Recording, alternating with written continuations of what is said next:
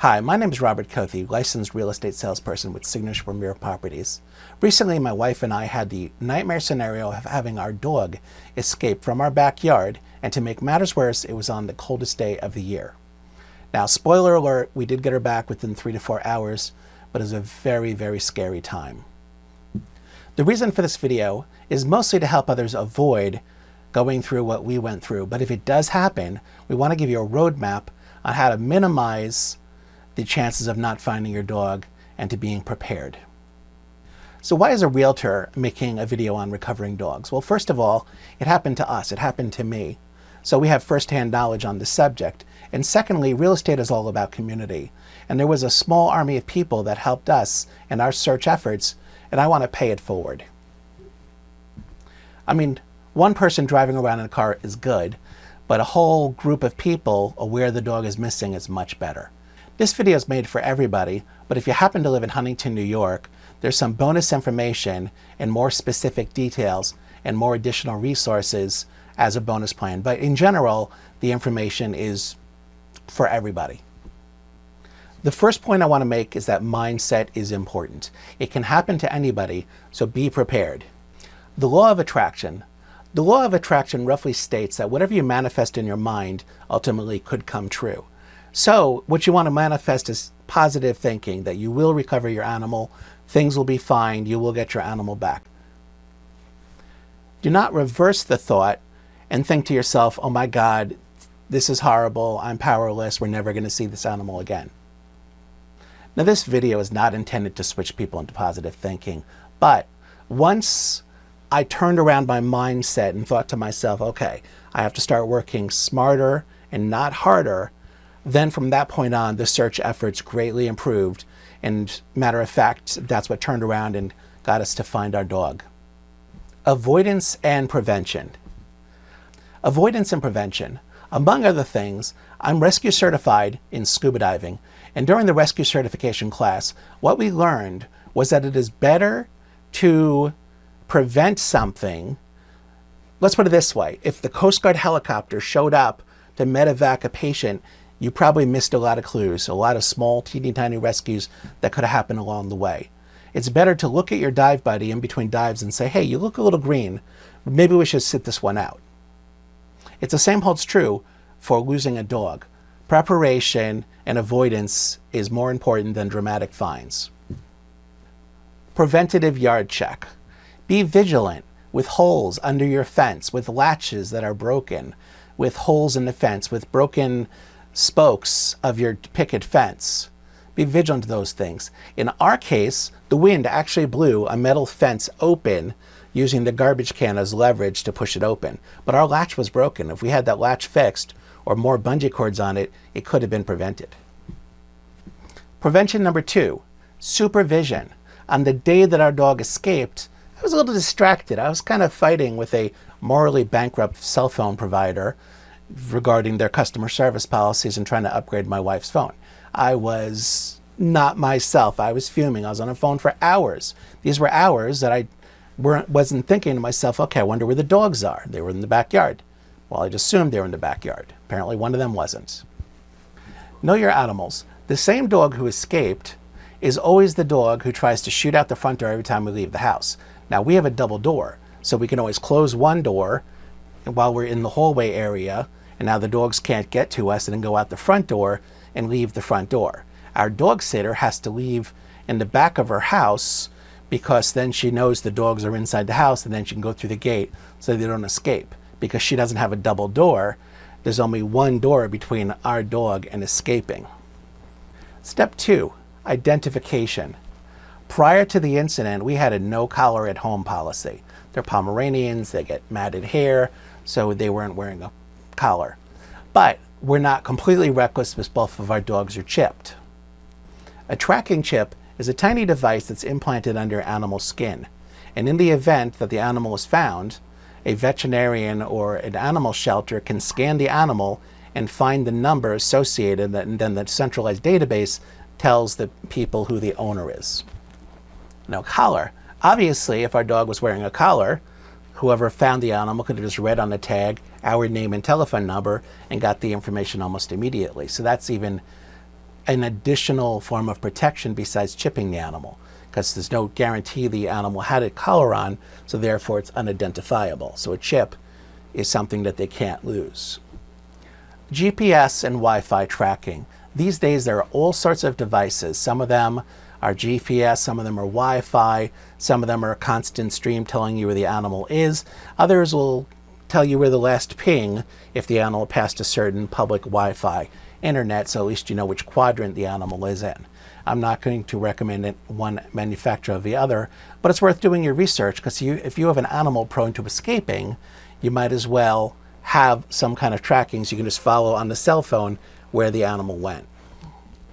Now, another thing as far as preparation is your dog licensed? Most towns have a requirement for a dog licensed. I live in Huntington, New York, and I looked it up on the town code, and it's called 78-3, running at large.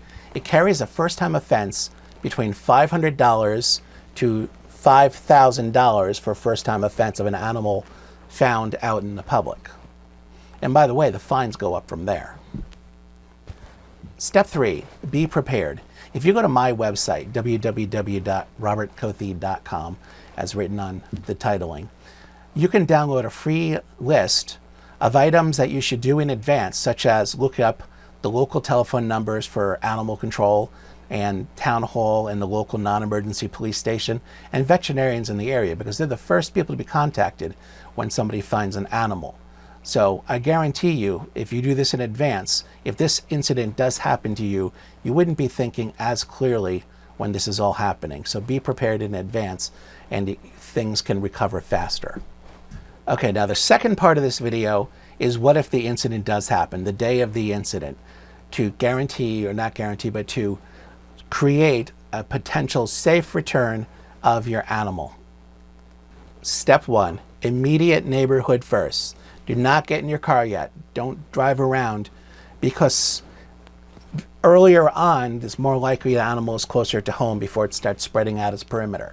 It could possibly be hiding in your bushes. So check your neighbor's yard, check your yards, talk to immediate neighbors. See who has a camera that they might have footage of what direction the animal went in. Step 2, a quick drive around. Now, before you go, grab a stack of business cards that have your cell phone number on it, because what you're going to do is, in the process of driving around your immediate neighborhood, any person taking in their garbage cans, walking their dog, outside for any reason, talking to a neighbor, you're going to ask them if they saw your dog, and you're going to hand them a business card with your cell phone number, so if they do see your dog, they can call you instead of saying, I wish I remembered what address that person said they were. While people are driving around, before you go, take like a squeaky toy, your dog's favorite toy, something they would recognize as the sound of, hot dogs or some kind of food treats, snack treats, to create a scent, maybe their favorite blanket to create the scent. Animals have a great sense of smell. Step 3, leverage your time. At this point, you've been driving around for about an hour. In my case, I had neighbors driving around now. My wife got home from work to help look. She was driving around, so I went into the house to leverage my time. Now's the time to grab that list. Call local animal control, give them your name and number, because they're typically the first people that people call to say that they found an animal. Call the local vets, give your name and number in a description of the dog, give your information, because they're often the people that people will scan to see whether or not the animal is identifiable. In my case, I called the local police department, non-emergency number. That's important, 911. You know, I know it's an emergency to you, but heart attacks and medical emergencies are far more important to 911. So do not call 911, call the local precinct, non-emergency line, to see if they can, get the word out there's a missing dog in your community. There could be patrols in the area that could keep an extra vigilant eye out. On the downloadable checklist at robertcothey.com, I've given you spaces to write in the phone numbers of all those things so that you're not losing time researching it and you have it right to the easy access for you.